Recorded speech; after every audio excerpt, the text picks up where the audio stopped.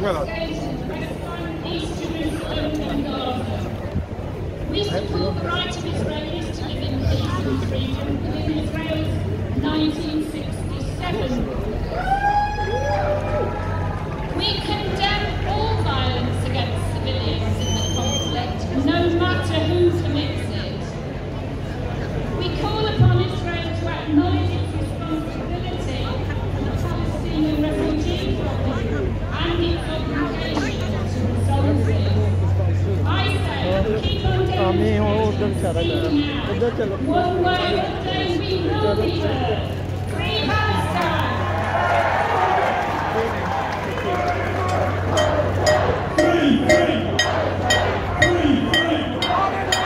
Free, free. Hello?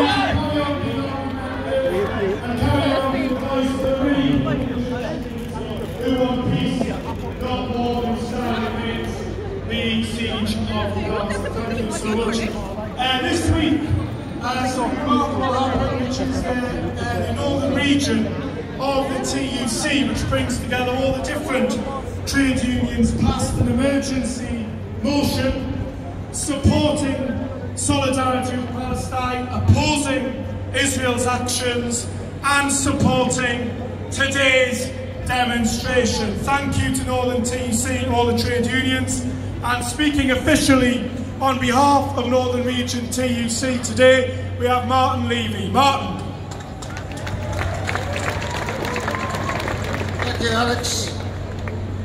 We join you today in solidarity and support from the Northern TUC. This week, dockers in Livorno in Italy boycotted a ship which was loading arms to go to Israel. And in Durban in South Africa, dockers also boycotted a ship bound to Israel. We should salute these actions. This week, the TUC called on the UK government and the international community to take firm action to help stop the escalation of violence and stop the evictions through Sheikh Jarrah. We're horrified by reports that at least 232 Palestinians have been killed, including 65 children, and 10 Israelis have been killed in the recent violence. Our thoughts are with the families of these victims and others who have been injured. The United Nations has acknowledged that the recent violence is linked to the planned evictions of Palestinians, families from Sheikh Jarrah, and the systematic violations of Palestinian rights. The TUC stood in solidarity with all. This was in condemnation of the Israeli government's violence in Gaza and the planned evictions of Palestinian families from their homes in Sheikh Jarrah, and against the illegal occupation of Palestinian land and the persistent violation of Palestinian rights. We have a long-standing policy in support of a just, comprehensive and lasting peace between Palestine and Israel that is consistent with international law and respects equality and human rights. Free, free! Palestine! Free, free! Palestine! Free, free! Palestine! Okay, our next speaker is someone who gave apologies last Saturday. If you're here last Saturday, I read out a statement from Mary Foy, the MP for City of Durham. We are delighted though that today she is able to be with us in person. Mary Foy MP. Mary.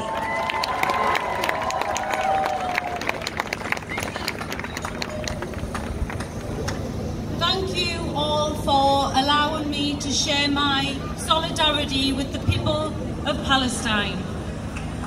I welcome the news of the ceasefire and I pray that it brings an end to the death and destruction of the last 2 weeks.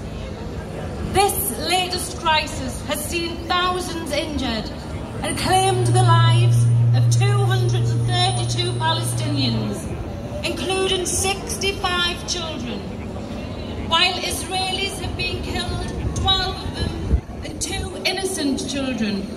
But I am appalled. I am appalled by the deaths of innocent civilians, and my heart breaks for the children born into a violence with no chance of escaping. However, let me be clear that this fight is not a fight between equals. nor are both sides equally in the wrong. Israel is a state with one of the most powerful armies in the world, heavily backed by the West, who over several decades have illegally invaded, occupied and besieged Palestinian land. We must remember that it was Israel's ethnic cleansing of Palestinians from East Jerusalem and the desecration of Al-Aqsa Mosque that sparked this latest crisis. And it was Israel that began a ground assault on Gaza. It is Palestinians that have died in their hundreds.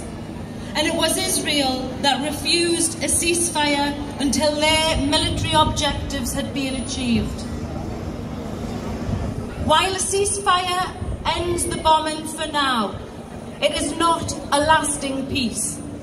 It does not end the injustice, and it does not solve the issues of the region.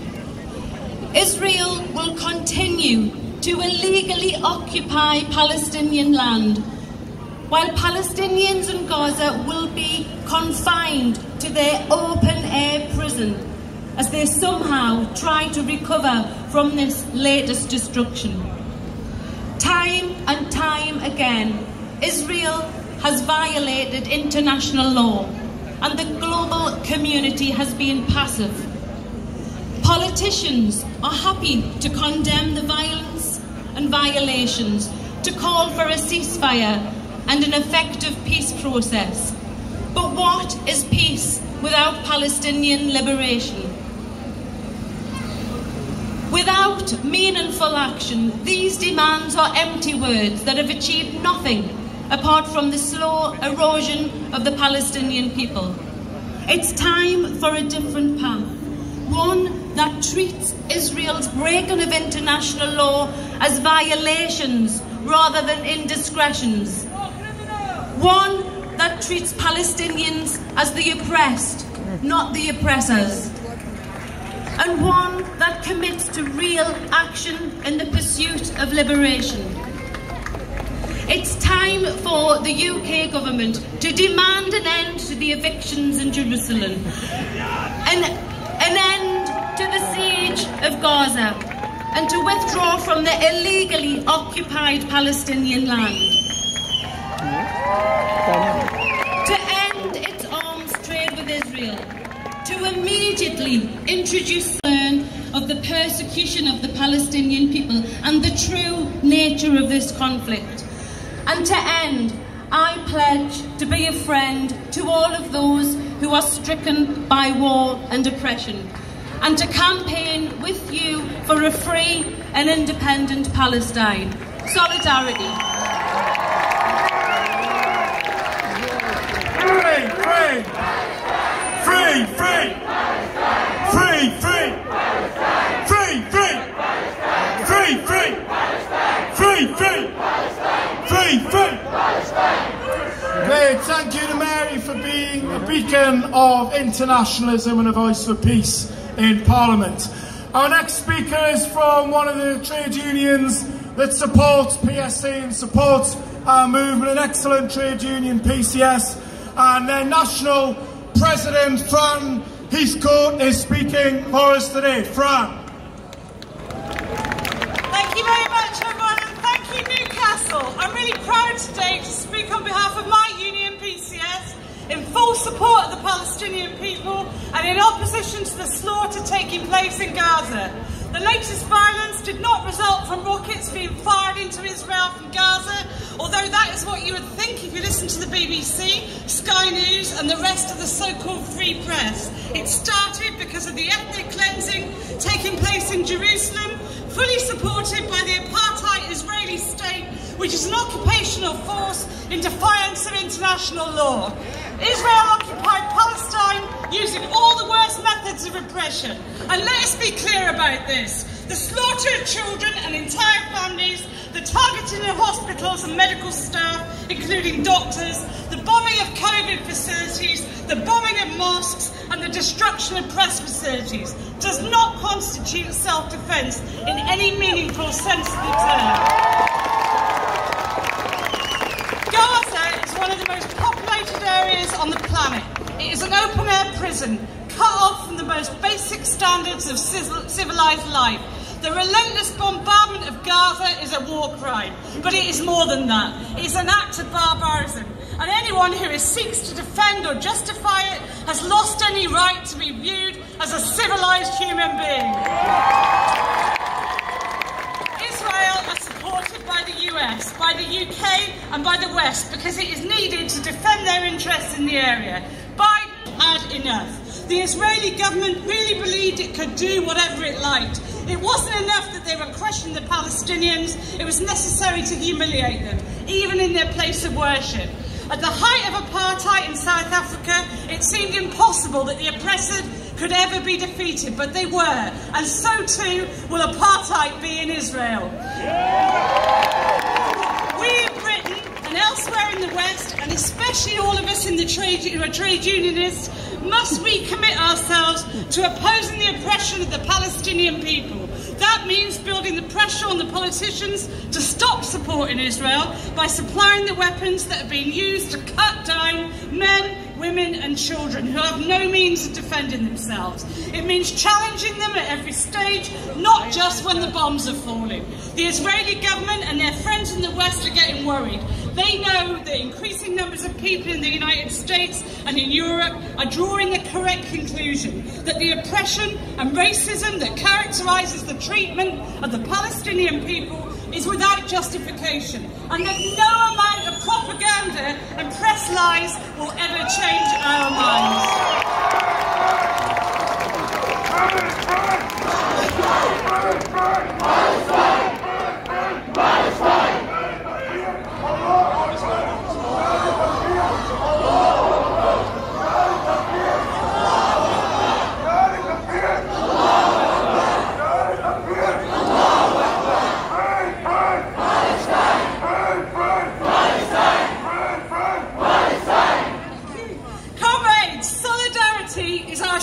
Weapon. It's what we can give the oppressed in Palestine and elsewhere. Let's build that solidarity and support. Let's send out the message from this and every other demonstration taking place today and throughout the country. We stand with Palestine. Solidarity, and thank you.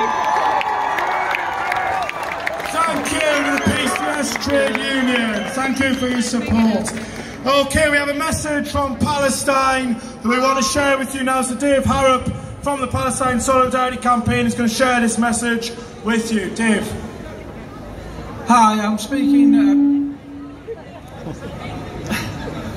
on behalf of the Palestine UK Social Work Network, and I've been given this statement from my colleagues in Palestine to share with you. The Palestinian Union of Social Workers and our colleagues in the field are doing their best to support people. The required response to this mass persecution is beyond our capacities.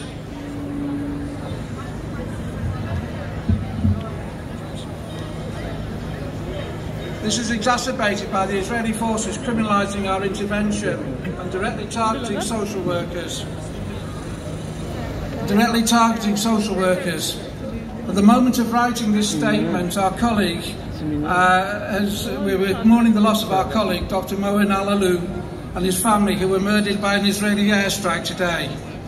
Dr. Alalu was a psychiatrist who served in the Department of Mental Health and the Ministry of Health for many years.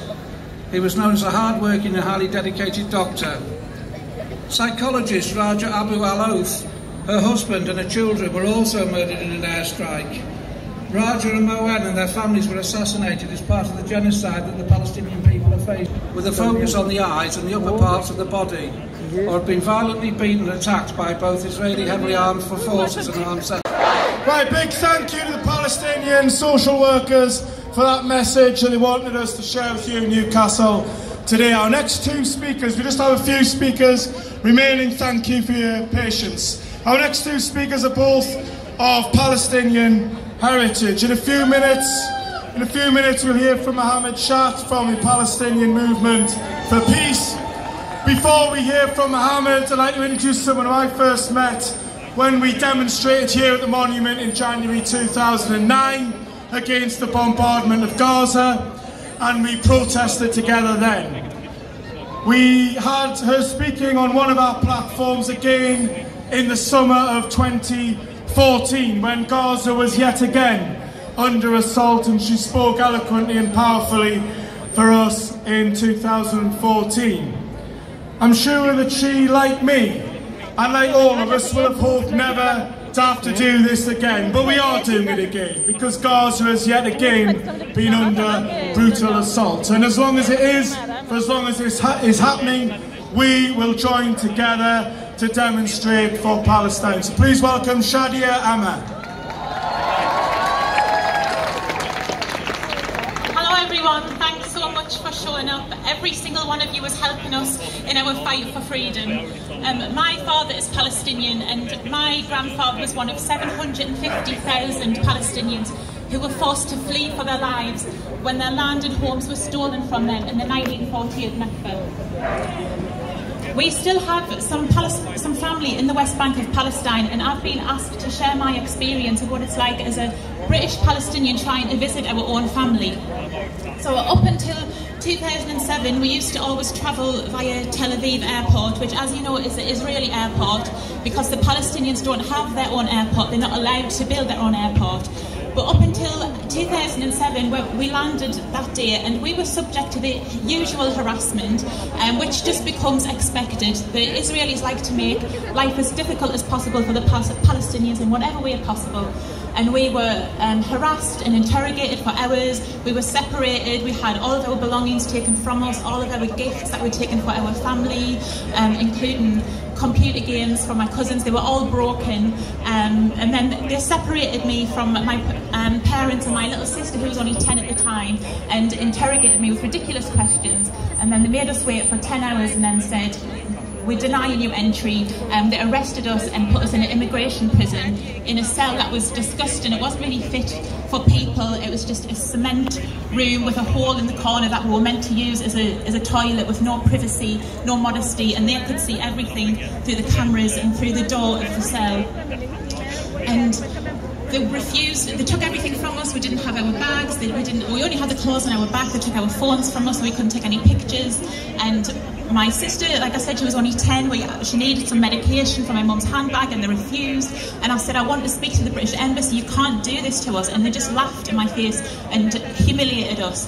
And although this experience might sound upsetting to some, that is nothing compared to what our brothers and sisters living inside of Palestine face every single day of their lives, and have faced for decades, under the constant discrimination and racism and humiliation and violation of their human rights by the Israeli state. And although I cried with relief when I heard about the ceasefire a couple of nights ago,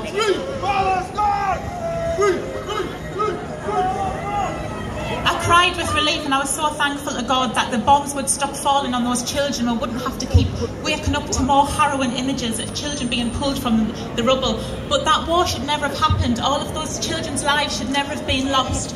Nor the war of 2014 on Gaza, nor the war of 2012, and all of the wars and all of the genocides before that. And we must hold Israel accountable for their war crimes against the Palestinian people. Today, the ethnic cleansing of Palestinians, it continues. The Nakba is still ongoing. It never ended. They are still trying to forcibly remove Palestinian people from the village of Sheikh Jarrah, who've lived there for decades. These people's ancestors have already been... Free, free! Palestine! Free, free! Palestine! Thank you very much. Today, we must understand the power of a united people, all coming together to achieve a goal of showing the true face of the country that claims to want peace. A nation, from its river to its sea, stood up against oppression, colonialists, and an apartheid state. As our nation of Palestine reaches a ceasefire with the apartheid state, colonialist state of Israel, we must now more than ever make our voices reach to the moon for true justice for war crimes that have occurred in Palestine for the last 73 years of occupation, for the disposition and the displacement of Palestinians internationally and also scattered around Palestine and the occupied territories. Under the international criminal courts, laws, and the United Nations. Someone who is a national vice president of my own trade union, very proud of the support that my union, the National Education Union, provides for Palestine. I'm pleased to see a number of my NEU colleagues here today. And the NEU organises solidarity delegations to Palestine, and our next speaker was on one of those solidarity delegations shortly before the pandemic began and international travel was shut down. So we're very pleased that she's representing the NEU today, and that we can hear from the NEU's Louise Atkinson. Louise. Thank you, Alex. And you stole the start of what I was going to say. So I am a primary school teacher, I am a mother, and I've come from Carlisle today to speak on behalf of the NEU. We do have strong links with our sister union in Palestine, the General Union of Palestinian Teachers, and in more normal times we send 2 delegations a year, and as Alex said, I was fortunate enough to go out to Palestine in February, just prior to COVID. The horrors of the occupation and the military aggression and apartheid that I witnessed when I was there will stay with me forever. I will always speak out for our Palestinian brothers and sisters and for their children. As a mum and an educator, I was heartbroken to see the daily struggles faced by Palestinian children. They are growing up knowing nothing but occupation, violence and aggression, and you can literally see the fear in their eyes. Children living in Palestine are facing checkpoints, guns and being brutally searched just for walking to school every day. Nobody should have to live under that military oppression, let alone children. Yesterday, in my day job, I was teaching my Year 3 class about the UN Convention Rights of the Child. The right to an education, the right to a safe place to live, the right to non-discrimination, and the right to play. The children I teach in North Cumbria have those rights. The children in Palestine do not. No child is more worthy of another child to simple basic rights. I have worn this ring since I came back from Palestine. It's made from the metal of a gas canister thrown into a children's play area. How is that ever okay? Why does the world allow this to continue? The events in Gaza over the last few weeks have been horrific to watch, but the world has watched.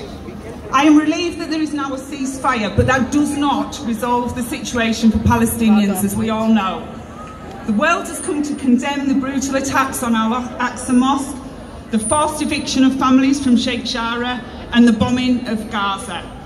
And that public condemnation has undoubtedly forced the current ceasefire. But we can't stop there. We need to come together, as we have done today, and we need to call for an end to the occupation, for an end to apartheid, and for a permanent peace for Palestine. Free, free Palestine!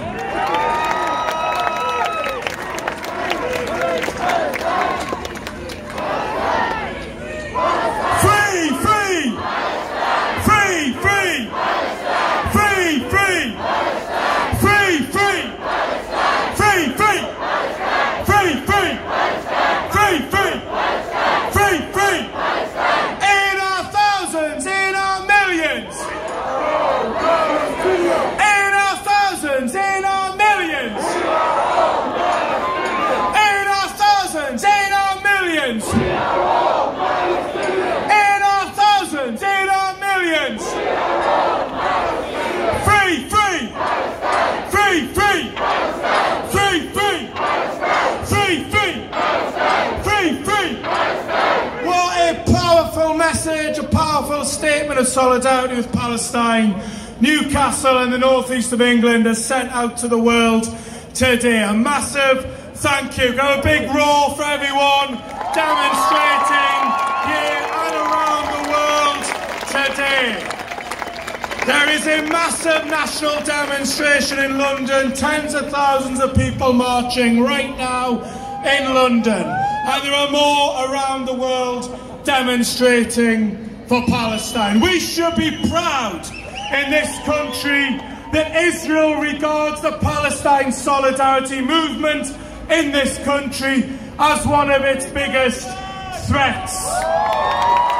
We should be proud that they try to silence us, that they try to smear us, that they slander us, because they do that because they know that we have justice on our side. We are right because we are standing up for freedom, justice and equality, and that is why they smear us, that is why they attack us, and that is why we will not be deterred. We will be back here again and again in the future, back here on the streets of Newcastle, standing up for Palestine. Before we disperse, our final speaker from Newcastle, Stop the War Coalition, David McAllister. Thank you. Thanks to all our speakers so far, and it has shown the sheer depth and breadth of support the Palestinians have. I'm from Newcastle, Stop the War. The disgusting violence we have seen over 11 days, including attacks on Al-Aqsa and the bombing of Gaza, which has killed well over 200, including huge numbers of children, is only the latest outrage in a very long story of oppression which has persisted for 73 years. Not only for those in the occupied territories, but for the Palestinians inside Israel who are systematically discriminated against for housing, jobs, as well as where they can go. They are also subject to repeated attacks by racist gangs. We stand with all Palestinians. We also stand with generations of Palestinian refugees, one of the biggest refugee populations in the world, who are denied the right to return. Let's be clear, what is happening in Palestine is apartheid and ethnic cleansing. There is literally no other way to describe it. This story of oppression has not yet ended, but we are here today to make it clear that there is another story which has not yet ended, the story of resistance. The sheer size of protests all around the country amongst trade unions and so many other sections of society, including footballers and other public figures who have spoken out for Palestine, and you all here today, makes one thing abundantly clear.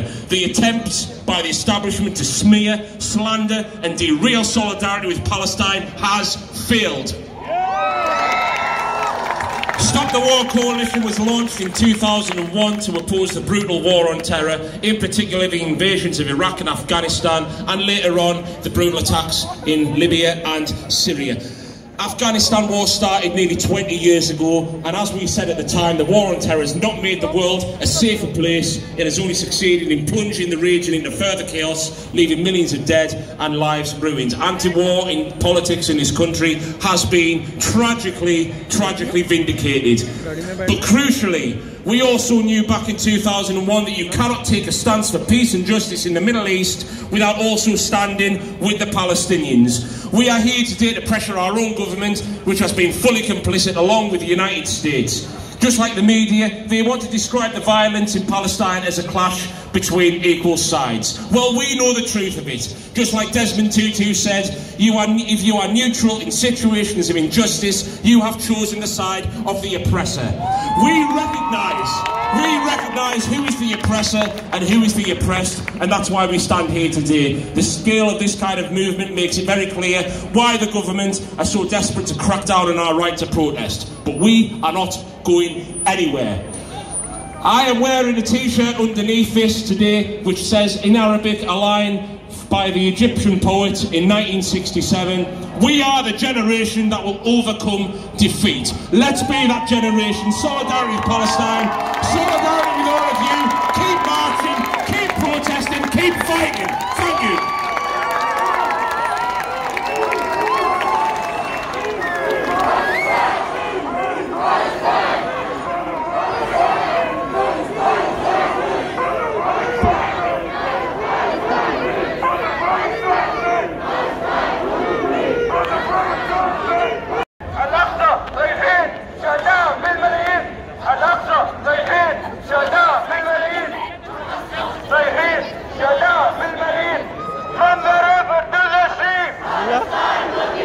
From the river to the sea, Palestine will be free. From the river to the sea, Palestine will be free. Palestine, free, free. Palestine, free, free. Palestine, free, free. Palestine, free,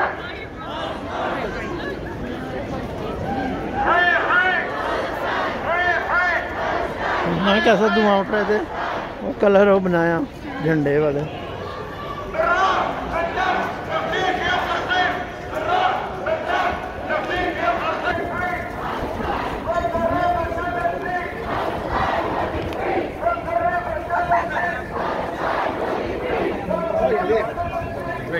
I'll pay for the